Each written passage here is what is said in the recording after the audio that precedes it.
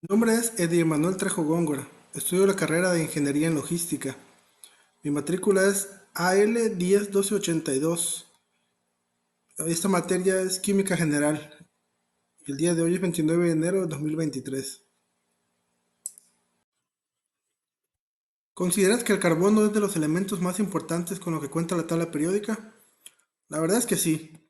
En primer lugar, el carbono es el elemento fundamental para la vida tal y como la conocemos. Es el componente principal de las moléculas orgánicas y forma la base de los compuestos biomoleculares esenciales como los carbohidratos, lípidos, proteínas y ácidos nucleicos presentes en todos los organismos vivos. Sin el carbono, la vida tal y como la conocemos no sería posible. Además, el carbono tiene una capacidad única para formar enlaces químicos covalentes con otros átomos de carbono y con muchos otros elementos, lo que le permite formar una amplia variedad de compuestos. Esta capacidad de formar enlaces múltiples y complejos le da al carbono una versatilidad química única, lo que permite la existencia de una gran diversidad de sustancias orgánicas con propiedades diversas y aplicaciones importantes en áreas como la medicina, la industria y la energía. El carbono también juega un papel crucial en el ciclo del carbono, un proceso biogeoquímico esencial para el equilibrio y funcionamiento de los ecosistemas terrestres. A través del ciclo del carbono, el carbono se mueve entre la atmósfera, los océanos, la biosfera y la litosfera, regulando el clima y el equilibrio de gases de efecto invernadero en la Tierra. ¿Cómo describirías las principales diferencias entre los elementos alcanos, alquenos, alquinos, cicloalcanos y cicloalquenos? Los alcanos, alquenos, alquinos, cicloalcanos y cicloalquenos son diferentes tipos de hidrocarburos, que son compuestos formados principalmente por carbono e hidrógeno. Los alcanos son hidrocarburos que tienen enlaces simples entre los átomos de carbono. Estos compuestos son muy estables y no reaccionan fácilmente con otras sustancias. Los alcanos son muy utilizados como combustibles, como la gasolina o el petróleo.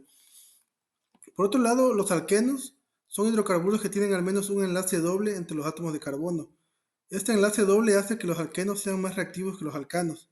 Además, los alquenos pueden formar polímeros como el plástico.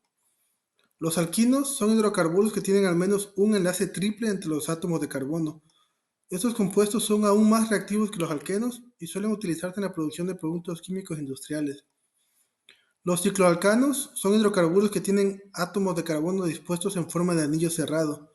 A diferencia de los alcanos lineales, los cicloalcanos tienen una menor cantidad de enlace entre átomos de carbono, lo que los hace más estables y menos reactivos. Finalmente, los cicloalquenos son hidrocarburos que también tienen átomos de carbono dispuestos en forma de anillo, pero con al menos un enlace doble en el anillo. Estos compuestos son más reactivos que los cicloalcanos y pueden utilizarse en la síntesis de productos químicos y medicamentos. Las principales diferencias entre estos compuestos radican en la cantidad y tipo de enlace entre los átomos de carbono, lo que determina su estabilidad y reactividad. ¿En dónde podemos encontrar ejemplos de la química orgánica? Primero definamos lo que es la química orgánica. Es la rama de la química que se enfoca en el estudio de los compuestos químicos que contienen carbono, siendo el carbono el elemento principal. Estudia los compuestos presentes en los seres vivos, así como los productos derivados de ellos. Podemos encontrar ejemplos de la química orgánica en diversos ámbitos y disciplinas, entre ellos en la farmacología. Muchos medicamentos y fármacos como aspirinas, antibióticos y antidepresivos son compuestos orgánicos. La química orgánica proporciona herramientas y metodologías que permiten diseñar y sintetizar compuestos químicos con propiedades terapéuticas. Esto incluye la modificación de estructuras químicas existentes para mejorar su actividad, así como la creación de nuevas moléculas con capacidad para interactuar con blancos específicos en el organismo. También podemos encontrar en la bioquímica. La encontramos en las proteínas, los carbohidratos y los lípidos, que son fundamentales en la estructura y función de los seres vivos. La química orgánica proporciona las bases teóricas y experimentales necesarias para comprender los mecanismos químicos presentes en los sistemas biológicos, mientras que la bioquímica se encarga de aplicar estos conocimientos a la comprensión de los procesos biológicos y a la búsqueda de soluciones a problemas de salud, la biotecnología y la industria farmacéutica, entre otros. De igual manera podemos encontrarlos en la síntesis y fabricación de productos. Podemos encontrar en muchos productos que utilizamos en la vida diaria, como plásticos, detergentes, pinturas, tintas y fibras, que son el resultado de reacciones químicas orgánicas. El proceso de síntesis y fabricación de productos a través de la química orgánica puede realizarse de varias maneras. Una de las técnicas más comunes es la síntesis por reacción química, en la cual se combinan diferentes compuestos químicos y se someten a diferentes condiciones como calor, presión o presencia de catalizadores para obtener el producto deseado. Podemos encontrarlo igual en la perfumería y cosméticos. En la perfumería, los compuestos orgánicos se utilizan para crear fragancias. Los aceites esenciales, que son la base de muchas fragancias, son extractos de plantas que contienen compuestos orgánicos volátiles.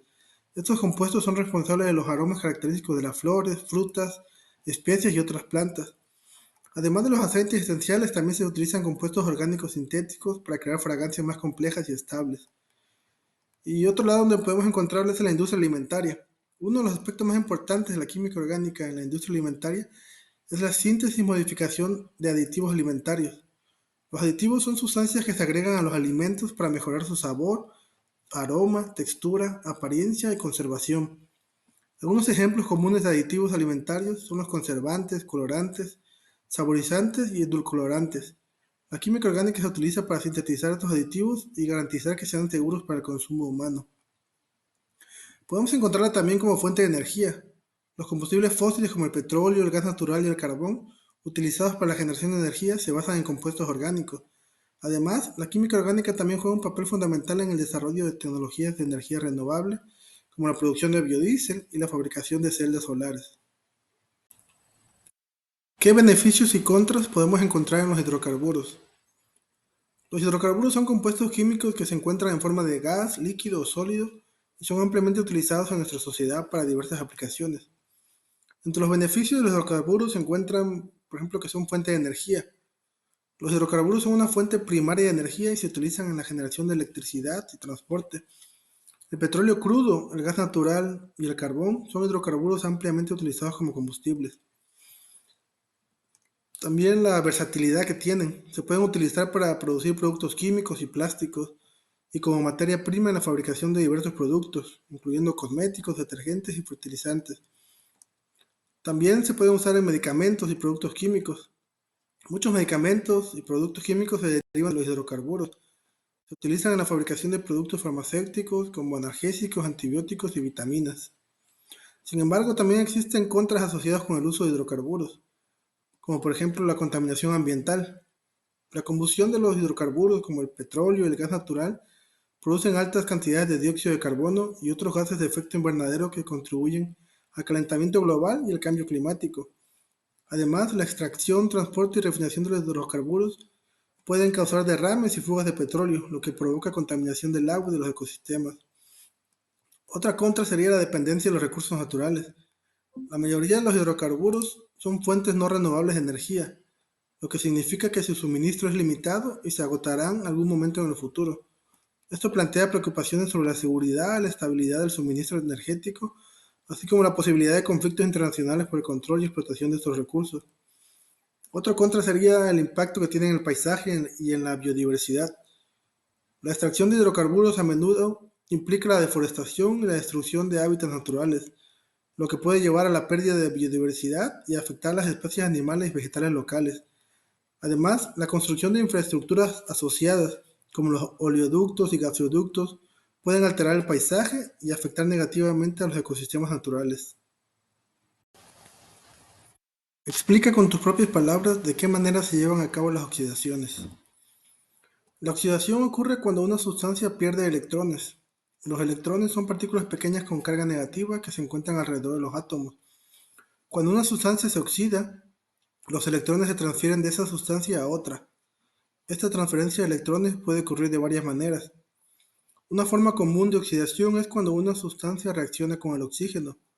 Por ejemplo, cuando el hierro se expone al aire, reacciona con el oxígeno y forma óxido de hierro.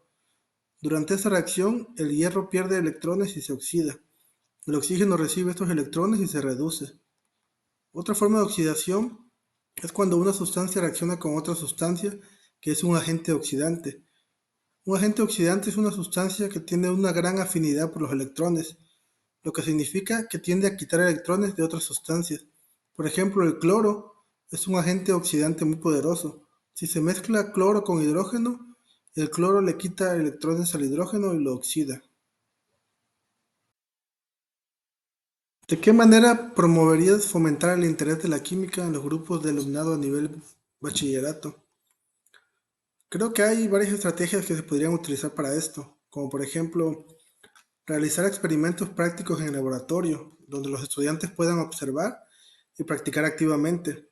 Esto les permitirá aplicar los conceptos teóricos aprendidos en la clase y ver en acción los principios químicos. Además, esta interacción práctica puede despertar su curiosidad y fascinación por la química. Otra estrategia sería relacionar los conceptos químicos con situaciones y problemas reales. Por ejemplo, discutir sobre los efectos de la contaminación ambiental, la importancia de los productos químicos en la vida cotidiana o los avances científicos en la industria farmacéutica. Esta conexión con el mundo real puede hacer que los estudiantes vean la relevancia y aplicabilidad de la química en su entorno.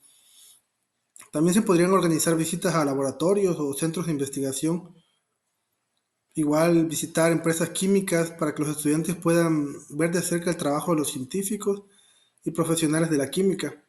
Esto proporcionará una perspectiva práctica sobre las diferentes áreas de aplicación de la química y los posibles caminos profesionales dentro de este campo.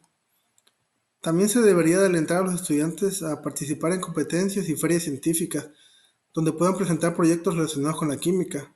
Estas experiencias les permitirán profundizar en temas específicos, investigar por su cuenta y presentar sus resultados. Como último, invitaría a profesionales de la química o científicos a dar conferencias en las escuelas.